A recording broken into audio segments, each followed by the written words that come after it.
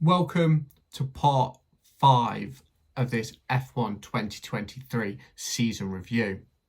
Today we're going to be talking all about Alpine, we're going to be talking about Otmar Safnauer, we're going to be talking about the new people in charge, we're going to be talking about Esteban Ocon and Pierre Gasly and why they have reason to be upset. We're going to be talking about all things Alpine, we're going to be talking about their season, their highs, their lows, and we're going to give it a full overview. We've already done Williams, AlphaTauri, Alfa Romeo, and Haas. Be sure to check them videos out. They are in the playlist that this video is connected to. It's just come to my attention, 63% of you are not subscribed. What are you doing? Click that red button right now. Alpine have a lot of reason to be upset this season. Early on, they decided to change the leadership of the team. Early doors, they got rid of Otmar Safnauer and replaced him with a temporary measure. A lot of other people have left Alpine this season too. A few have even come out and said that Alpine never had any motivation or determination to be anything better than 4th best team on the grid. Alpine are also a team who have their own power unit. They keep arguing for engine stabilisation so that other teams don't gain on them or other teams aren't better than them, and this is something that I don't agree with.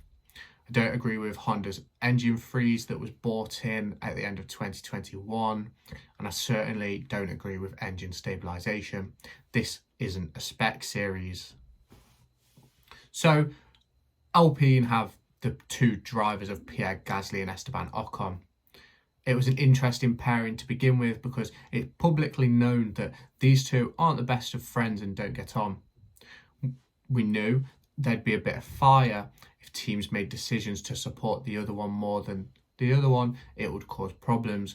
We saw that most recently in Abu Dhabi when Pierre Gasly completely lost it over the radio after being undercut by Esteban Ocon. I'm keen to mention that Pierre Gasly beat Esteban Ocon in the standings this season. Pierre Gasly finished P11 and Esteban Ocon P12. Alpine finished 6th in the Constructors' Championships, but they were in a bit of no man's land really. They were nowhere near 5th place, but they were nowhere near finishing 7th either. Alpine and their drivers scored 23 points finishes this season. That obviously led them to 6th in the championship, miles ahead of Williams. Alpine had 2 podiums this year and finished in the top 5 on 3 different occasions. Alpine as a team collected 120 points. They were nearly 100 points clear of their closest rival Williams, but they were about 100 points behind Aston Martin. Alpine, just like Williams, suffered 8 DNFs this season. Obviously, that is a range of DNFs which will have cost them points in the championship.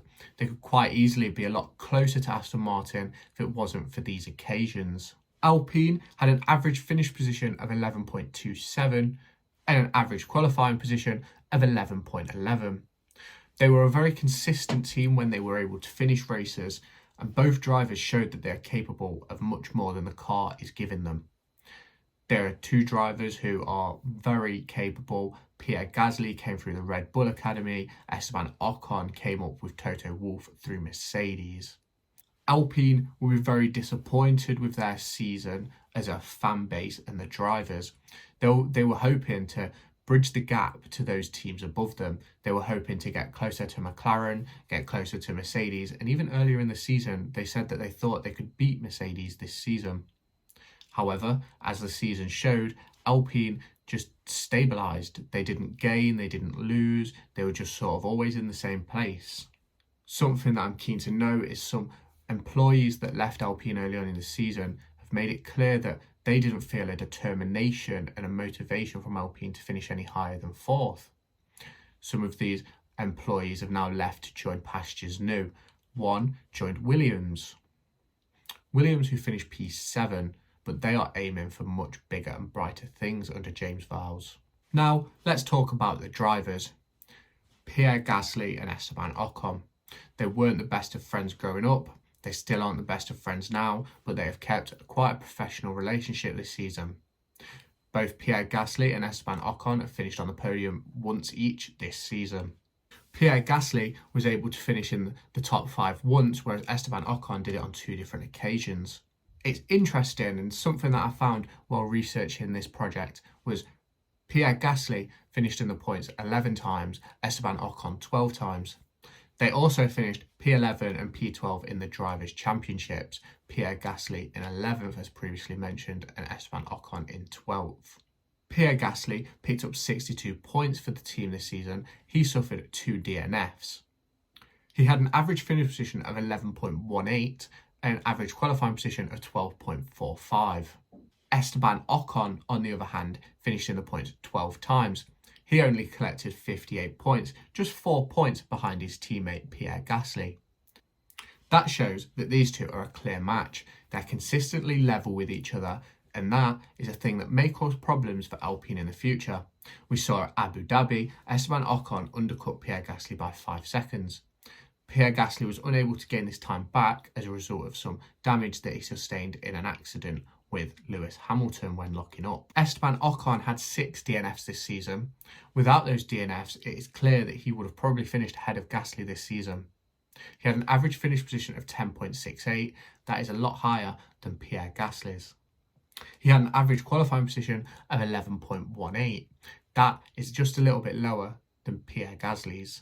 I'm keen to talk more about Alpine because they've had a lot of changes in the recent years. A team which came in with a 5-year plan to be world champions, they don't seem to be making the progress that they need to make that happen. They're not battling for race wins, they're not even battling for podiums. Sometimes they're not even battling in the top 10. Obviously, drivers like Pierre Gasly and Esteban Ocon are hoping for Alpine to improve. Alpine themselves will be hoping to improve as they've rejoined the grid a few years ago. Unfortunately, it doesn't seem like much progress has been made this season, and they actually seem to have lost ground on those teams around them. Aston Martin were a team who were massively behind last season, and they were really close with McLaren. Both teams now quite clearly ahead of them heading into the 2024 season. Their winter is going to be very important, and yes, they may have a power disadvantage within the power unit, but that doesn't mean that the car shouldn't be good enough. Alpine are constantly battling for this engine equalisation, something which I do not agree with within Formula 1. If they want Formula 1 to be a spec series, then every team, every driver should have the same car and the same engine. There should not be different manufacturers. Alpine may find themselves slipping further down next year if Williams are able to have the winter of their life. Alpine, who struggled quite a lot this season in a lot of races, but always found themselves in no man's land. So, as this video comes to a close, I'd like you to keep in mind that Alpine have a lot to change over the winter.